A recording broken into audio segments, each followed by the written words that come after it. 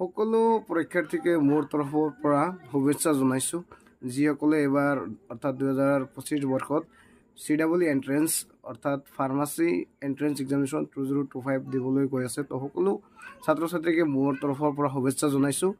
আৰু তোমালোকে চাৰিটা বস্তু মেইনলি ধ্যান ৰাখিবা। সেই চাৰিটা হৈছে ফাৰ্ষ্টলি কুৱেশ্যনটো চাই নাৰ্ভাছ নহ'বা হা, আৰু ধুনীয়াকৈ কুৱেশ্যনটো প্ৰথমৰ পৰা কুৱেশ্যনখিনি ধ্যান দি পঢ়ি তাৰপিছত এনচাৰ কৰিবা।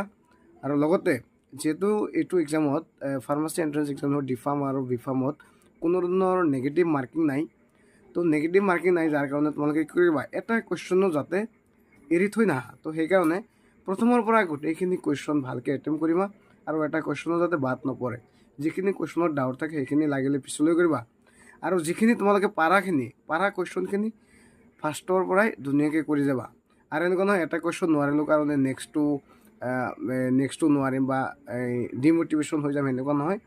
ফাৰ্ষ্টৰ পৰা ধুনীয়াকৈ কুৱেশ্যনখিনি কৰি যাবা। আৰু লগতে যদি কোনো ধৰণৰ ডাউট থাকে তেতিয়া মোক তেতিয়া ধুনীয়াকৈ সেইটো কুৱেশ্যন পিছলৈ লাগিলে এৰি থবা। কিন্তু সেই এটা কুৱেশ্যনৰ কাৰণে এনেকুৱা নহয় যে সেইটোতে লাগি নাথাকিবা, যিহেতু 2 ঘণ্টাৰ সময়ৰ মূল্য অধিক হা। নেক্সট, এক্সাম হলত যোৱাৰ আগতে তোমালোকে 3টা বস্তু অৰ্থাৎ এডমিট কাৰ্ডটো মাষ্ট বি লগত লৈ যাব লাগিব, আৰু লগতে ব্লেক পেন লৈ যাব লাগিব, আৰু লগতে আৰু এটা 4 কপি ফটো, সেই ফটোখিনিও লৈ যাব লাগিব। ফটোখিনি মাষ্ট হা।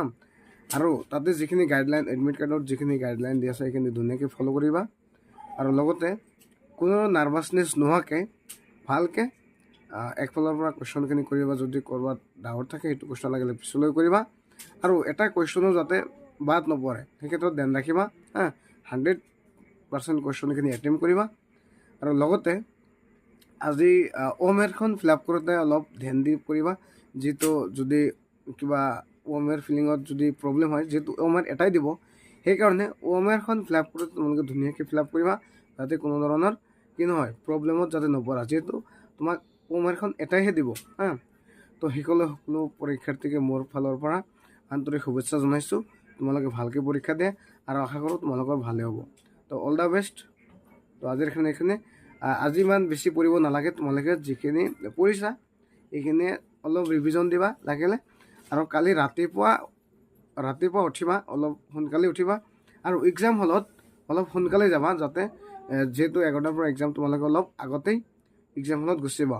মিনিমাম আধা ঘণ্টা আগত তাতে দি আছে, কিন্তু তোমালোকে অলপ